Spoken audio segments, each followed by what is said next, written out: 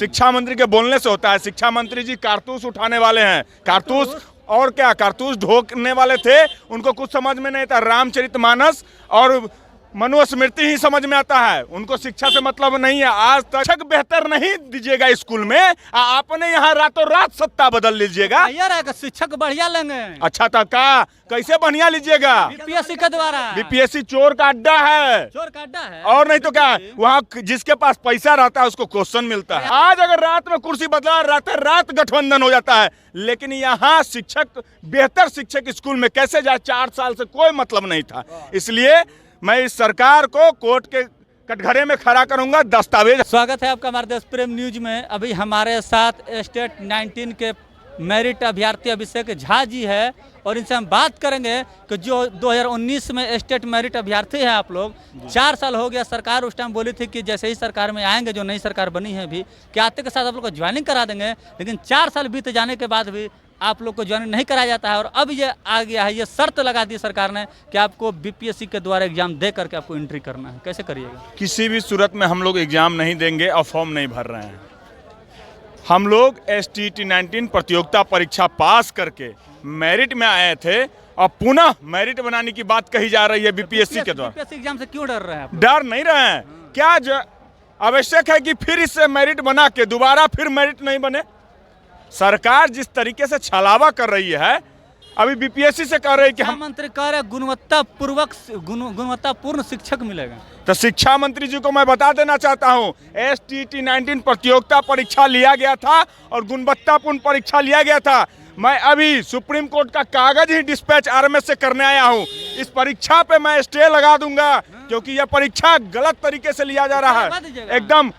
अभी just RMS से मैं करके आया हूँ, RMS करके ही आया हूँ। अच्छा। दिल्ली पेपर भेज के आया हूँ। और ये परीक्षा पर जब तक स्टे नहीं लगेगी तब तक हम लोग रुकेंगे नहीं किसी भी सूरत। करिएगा? शिक्षा मंत्री बोल रहे हैं कोई कंप्रोमाइज नहीं। शिक्षा मंत्री के बोलने से होता है। शिक्षा मंत्री जी कारतूस उठाने वाले हैं, कारतूस और क्या, कारतूस ढोकने वाले थे। उनको कुछ समझ में नहीं था, रामचरितमानस और मनुस्मृति ही समझ में आता है। उनको शिक्षा से मतलब नहीं है। आज तक बिहार मंत्री ऐसा ही है, प्रोफेसर है महाराज। महाराज कहीं के प्रोफेसर हो, नाम के प्रोफेसर है, काम के प्रोफेसर नहीं है। काम का प्रोफेसर? कोई काम के प्रोफेसर नहीं है। उनको प्रोफेसर बन गए। और नहीं तो क्या, आज तक जिस दिन से शिक्षा मंत्री बने हैं उस दिन से एक भी काम शिक्षा में हुआ है? देखिए, ऐसा नियमावली आया है, ऐसा विज्ञापन आया है, रोज संशोधन हो रहा है।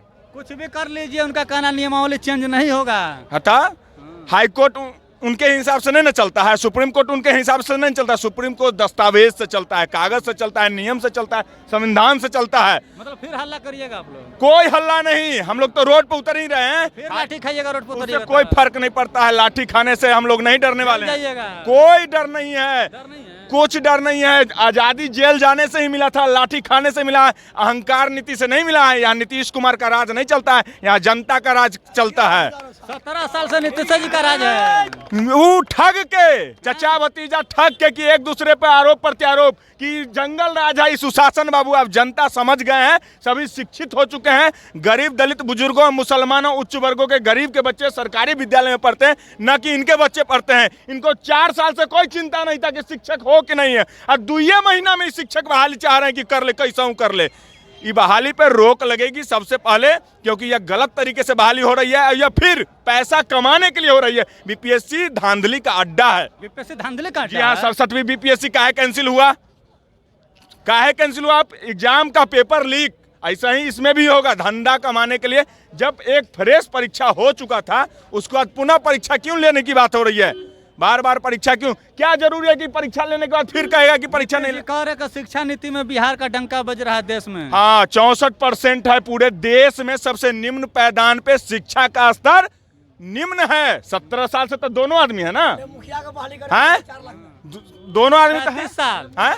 हाँ, तो वही 33 साल, 15 साल पापा, 17 साल चाचा। हाँ, तो पापा चाचा मिलकर नाश कर दिए हैं। हम 17 साल बीजेपी भी शामिल थी। हाँ, तो सभी पार्टी जिसने इसको गर्त में मिलाया है, हम उसको कटघरे में खड़ा करेंगे, क्योंकि बिहार हमारा है, न कि उसी का है अकेले। खानदानी नहीं है इन लोगों का बिहार है। सरकार वही बनाएंगे। हम लोग हैं 2024-25 में। क्या 24-25 में दिखलाएंगे ना?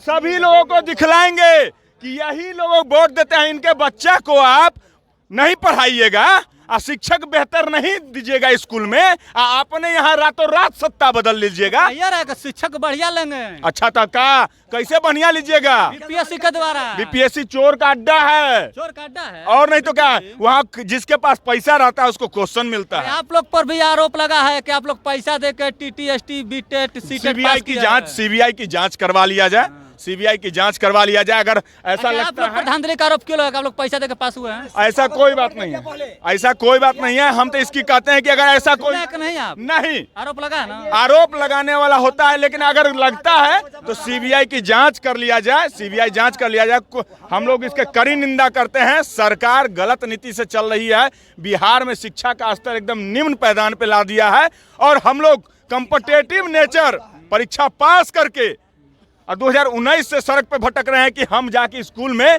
गरीबों के बच्चे को पढ़ाए। इनके बच्चे तो विदेश में पढ़ते हैं ना, हैं? इनको कोई चिंता नहीं है। आज अगर रात में कुर्सी बदला, रात गठबंधन हो जाता है, लेकिन यहाँ शिक्षक, बेहतर शिक्षक स्कूल में कैसे जाए, 4 साल से कोई मतलब नहीं था। इसलिए मैं इस सरकार को कोर्ट के कटघरे में खड़ा करूंगा। दस्तावेज हमारे पास है, हमारे पास फ्रेश एग्जामिनेशन हुआ था, सारा दस्तावेज हमारे पास है। क्या कहेगा? बिहार का शिक्षा व्यवस्था बिल्कुल गिर रहा है। बिहार का शिक्षा व्यवस्था गिर नहीं रहा है, गिर चुका। क्योंकि माननीय श्री नीतीश कुमार जो बिहार के 17 साल से मुख्यमंत्री के पद पर बैठे हुए हैं, कैसे बैठे हुए 17 साल से? आखिर जिता रहे आप लोग तभी ना। हाँ, बात सही है। मैंने उसको वोट दिया, एक बार ने, 2 बार, 2 बार ने, 3 बार। लेकिन शिक्षा देश का भविष्य होता है, शिक्षा ही राष्ट्रपति निर्माण करता है, शिक्षा ही प्रधानमंत्री निर्माण करता है, और शिक्षा ही अनुभवी प्रोफेसर और दौरा बीडीओ सीओ का निर्माण करता है। आज क्या किया? तो इसलिए मुखिया के माध्यम से विगत कुछ साल पहले और प्रमुख के माध्यम से जो शिक्षक की बहाली किया, वह चौपट को, मैंने शिक्षा को चौपट कर दिया। अब जब उसमें विरोधी पार्टी जब उस पर हल्ला बोल मैंने जब किया है, तब जाकर के जो धीरे धीरे अपना बीपीएससी के द्वारा ये बहाली करने का लोगों को झांसा दे रहा है, ताकि इलेक्शन में मुंह पर है। 2024 में जो है इलेक्शन होने वाला है, ये लोगों को दिखा रहा है। और इतना ही करके मैं अपना बात को वापस करता हूँ।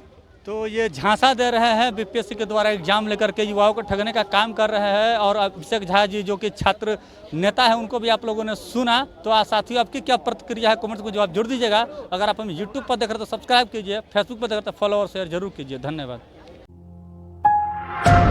आप देख रहे हैं देश प्रेम न्यूज।